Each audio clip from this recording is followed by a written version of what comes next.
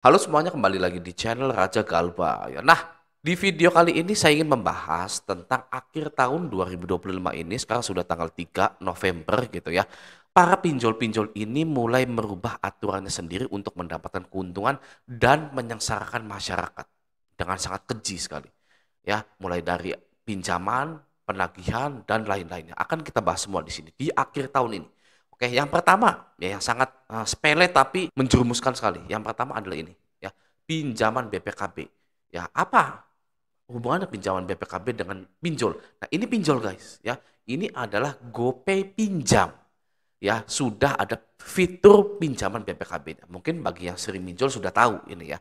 Tapi kenapa sih pertanyaannya, ya kan? Kenapa sih pinjol GoPay pinjam ini mengadakan fitur pinjaman BPKB? Apakah pinjaman tanpa agunan itu sudah merugikan mereka ya? Tidak ada yang bayar, banyak yang galbay gitu ya. Sehingga mereka mulai merembet ke BPKB. Nanti tahun depan BPKB-nya pada galbay juga, nanti sertifikat rumah. Wah, merusak nih pinjol ini. Ya, ini baru permulaan, mungkin sepele kelihatannya gitu. Tapi nanti masalahnya tambah besar pinjol-pinjol ini, ya. Kita butuh sosok-sosok pejabat-pejabat yang berani menghentikan madness atau kegilaan para pinjol-pinjol ini. Ya, bisa kita lihat di sini, pinjam BPKB. STNK asli yang aktif, KTP asli. Proses pengajuannya, verifikasi datanya online. Sangat mudah sekali, tidak perlu survei. Ya. Lalu Anda diwajibkan untuk mengantar BPKB. Ya, saya telah mencari informasinya, antar BPKB-nya kemana? Ke BFI. Ya, BFI itu leasing, guys.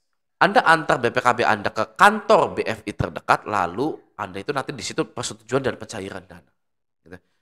Nah, di sini pun ada skema tagihan dan denda keterlambatan. Ya, wih, enak banget ya skema tagihan denda keterlambatan. Salah guys, di sini itu disembunyikan ya penarikan motor Anda. Yang tadinya pinjol-pinjol ini digalbay dan tidak ada resiko kehilangan hartanya ya, sekarang sudah mulai merembet ke motor. Itu yang pertama. Ya 2025 sudah dirubah aturannya dari yang pinjaman tanpa agunan sekarang ada agunannya. Oke. Yang kedua adalah begini, ada yang nanya ya di Raja Galbay, dia bilang begini, fungsinya asuransi di pinjol itu apa? Kalau kita galbay kan dibayarin asuransinya. Lu lihat itu asuransi ada kami sama ada Pundi gede banget. Gitu ya. Nah, terus ada komen seperti ini. Saya beberapa pinjaman ada tulisan subrogasi ke PT Asuransi Dislik. Dan ada satu pinjol tertulis lunas dan satu pinjol lagi tulisannya subrogasi ya 7 XXX dari pinjaman saya 9 juta. Bisa tolong bantu kasih informasi maksudnya gimana, lunas atau tagihan pindah asuransi sih? Nah, sama yang nggak masuk slik gimana jadinya? Mengingat per tanggal 31 Juli OJK dan AFPI wajib infokan semua pinjaman ke slik. BTW PT asuransinya dari Sinarmas atau Simas punya Sinarmas, saya lihat namanya di slik. Gitu ya. Nah, jadi ada yang disubrogasi guys. Ini bukan subobrigasi tapi subrogasi. Contohnya seperti ini. Nih, ya. Di sini bisa kita lihat mitra penyalur ada Pundi subrogasi PT Asuransi Simas Insurtech. Apa sih gitu kan ya? Artinya subrogasi itu. Langsung saja kita baca definisinya gitu ya. Nah, dalam konteks kredit pinjaman online pinjol, subrogasi adalah tindakan penggantian hak-hak oleh pihak ketiga, biasanya penjamin atau perusahaan asuransi yang melakukan pembayaran utang kepada kreditur pemberi pinjaman online untuk kemudian menagih utang tersebut kepada debitur atau peminjam. Nah, berikut penjelasan lebih rinci mengenai subrogasi dalam pinjaman online. Penggantian pihak. Subrogasi mengalihkan hak penagihan dari kreditur asli perusahaan pinjol seperti Kredivo, Kredit Pintar, dan lain-lain kepada pihak ketiga yang telah melunasi utang tersebut. Pihak ketiga ini mengambil posisi kreditur asli. Ya. Nah, contohnya, jika pinjaman online dijamin oleh pihak ketiga, misalnya perusahaan penjamin atau asuransi kredit, dan peminjam gagal bayar atau kita-kita ini gagal bayar, maka pihak penjamin ini yang akan membayar jumlah terutang kepada perusahaan pinjol. Setelah pembayaran dilakukan, pihak penjamin tersebut berhak untuk menuntut peminjam untuk mengganti uang yang telah dibayarkan. Nah, jadi subrogasi itu guys ya, pihak asuransi membayarkan hutang Anda ke pinjol-pinjol tersebut. Lalu kita lanjut dulu, dasar hukumnya. Ya. Di Indonesia, subrogasi diatur dalam pasal 1400 Kitab Undang-Undang Hukum Perdata KUHP Perdata sebagai salah satu cara pembayaran utang. Implikasi bagi peminjam, bagi kita nih ya, kewajiban membayar utang tetap ada. Namun pihak yang berhak menagihnya berubah dari perusahaan pinjol menjadi pihak ketiga yang telah melunasi utang tersebut. Peminjam kemudian harus berhadapan dengan pihak ketiga ini sesuai dengan hak dan jaminan yang sebelumnya dimiliki oleh perusahaan pinjol. Singkatnya, subrogasi adalah mekanisme hukum di mana kewajiban utang dialihkan kepada pihak lain yang telah membayar terlebih dahulu. Gitu ya. Jadi pengalihan utang kita kepada pihak ketiga. Jadi guys ya, ketika Anda gagal bayar di Kredivo, Akulaku, Uangmi ya, ketika keterangan itu subrogasi seperti ini, nih ya, subrogasi seperti ini, maka bisa dikatakan Anda itu sudah tidak punya hutang di Adapundi. Ya, karena asuransinya sudah membayarkan hutang Anda. Ya, makanya di sini subrogasinya itu PT Asuransi Simas Insurtech. Jadi PT Asuransi Simas Insurtech telah membayarkan hutang Anda kepada Adapundi. Ini sebesar 3.529.000 gitu ya. Di sininya lancar. Ya kan? Lancar tuh. Di sini juga kondisinya dialihkan atau dijual kepada pelapor lain. Nah, nanti yang menagih itu Asuransi Simas Insurtech, guys.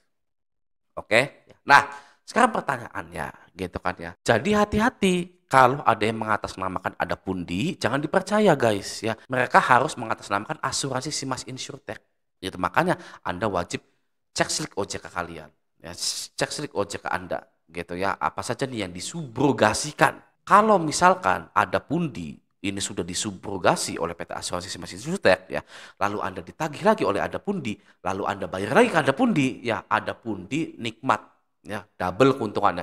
Udah dapat dari asuransi, dapat lagi dari nasabahnya, gitu kan ya. Yang nggak tahu ini rugi, gitu kan. Yang nggak tahu ini, gitu kan. Nah, sekarang resikonya apa? Ketika utang Anda itu sudah dialihkan atau dijual kepada pelapor lain atau asuransi Simas Insurtech. Resikonya itu guys, yang pertama adalah nomor Anda dihubungi pastinya, ditagih gitu ya. Lalu kondar Anda dihubungi pastinya, ditagih juga ya. Kantor Anda ditelepon pastinya. Dan itu tidak apa-apa ya, biarkan saja. Karena asuransi itu ya sudah, resiko bisnisnya seperti itu.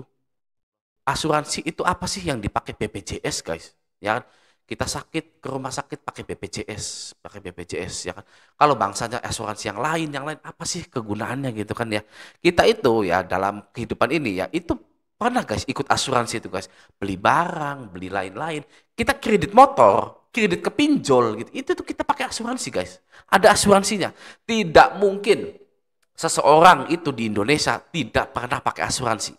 Ya, ketika dia sudah membeli suatu barang di Shopee, Tokopedia dan lain-lain, mereka itu sudah beli asuransi, sudah pakai asuransi. Ya. Apa dampaknya ke kita? Tidak ada sama sekali. Itu sudah menjadi keuntungan untuk asuransi, gitu loh.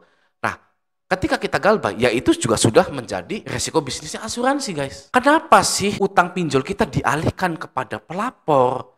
Kenapa sih utang kita dialihkan atau dijual kepada asuransi? Mereka itu menerima resiko-resiko. Ya kan? Yang pertama, resiko gagal bayar. Mereka terima. Wah, ini nih, nasabahnya gagal bayar, saya klaim. Misalkan ada perjanjian kredit, ya kan? Mau nggak nih PT Asuransi Simas Insurtech menerima kalau ada gagal bayar di nasabah ini? Saya mau. Ya sudah, ya kan? Nanti kalau gagal bayar, saya klaim ke Anda ya. Gitu guys, ya itu sudah menjadi resiko bisnis. Ya, tidak hanya Asuransi Simas Insurtech saja, PT Inter Asia, ya kan? Lain-lain gitu kan. Skemanya sama seperti BPJS lah. Oke, subrogasi sudah jelas ya, gampang ya, pengalihan gitu kan ya. Nah, selanjutnya adalah penipuan di Gestun ini ya. Bang, gua takut banget bang, gua kena tipu Gestun tagihannya segede ini. Kalau gua galbay aman nggak ya? Gitu kan, 9.720.779. Ada yang ketipu Gestun, ya kan? Kita rayakan bersama-sama. Kenapa? Karena ketika Anda menonton video ini, ya kan, video Raja Galbay, channel Raja Galbay, Anda tidak akan mungkin ketipu. Ya, yang pertama karena saya sudah memperingati semua orang bahwa saya Raja Galbay itu tidak membuka jasa joki, jasa Gestun dan lain-lain. Kenapa sih Raja Galbay tidak buka jasa Gestun? Kan harusnya Raja Galbay itu sudah kaya raya. Ya, ada 92.000 orang, anggap saja 40.000-nya pengen Gestun ke saya. Ya, di sini saya kalkulasikan gitu loh, ya kan. Ada 40.000 orang. Ya, janganlah kebanyakan. 10.000 orang setiap bulannya mau Gestun ke saya. gitu ya. Saya tarifin ya satu gestunnya ini ya itu 200.000 gitu kan ya. 200.000. Saya dapat berapa? 2 miliar sebulan. Kaya raya, kaya raya. Saya ini ya. Sangat kaya raya sekali. Sampai enak ngomongnya juga ya. 2 miliar sebulan. Tapi saya tidak membuka. Tidak buka jasa joki pinjol, jasa gestun dan lain-lain. Kenapa? Karena kemungkinan akan ada penipuan. Ya, orang pakai channel atau logo Raja Galbay gini kan. Oh iya ini kita terpercaya nih, ya kan? Raja Galbay, lihat nih follower kita udah banyak. Percaya kan? Nah, percaya gitu guys. Makanya saya menolak 2 miliar ya kan agar yang lainnya tidak tertipu. Tapi ini ya kan ketipu gitu ya. Perlu belajar lebih banyak lagi. Bahasa halusnya seperti itu. Kenapa orang itu perlu belajar lebih banyak lagi? Kenapa menurut Anda? Kenapa orang itu perlu belajar lagi kata guru? Kamu belajar lagi ya. Kamu ini. Kenapa? Nah, itu Anda bisa tahu gitu kan ya. Seperti itu guys ya. Jadi ya sudah terima saja gitu loh kalau Anda ketipu. Zaman sekarang penipu itu ya lebih cerdik daripada korbannya gitu. Oke, jangan pernah gestun-gestun ya, gestun-gestun dan lain-lain. Sudah kalau galbay saja. Oke. Nah, semoga video ini bermanfaat. Sampai jumpa di video selanjutnya.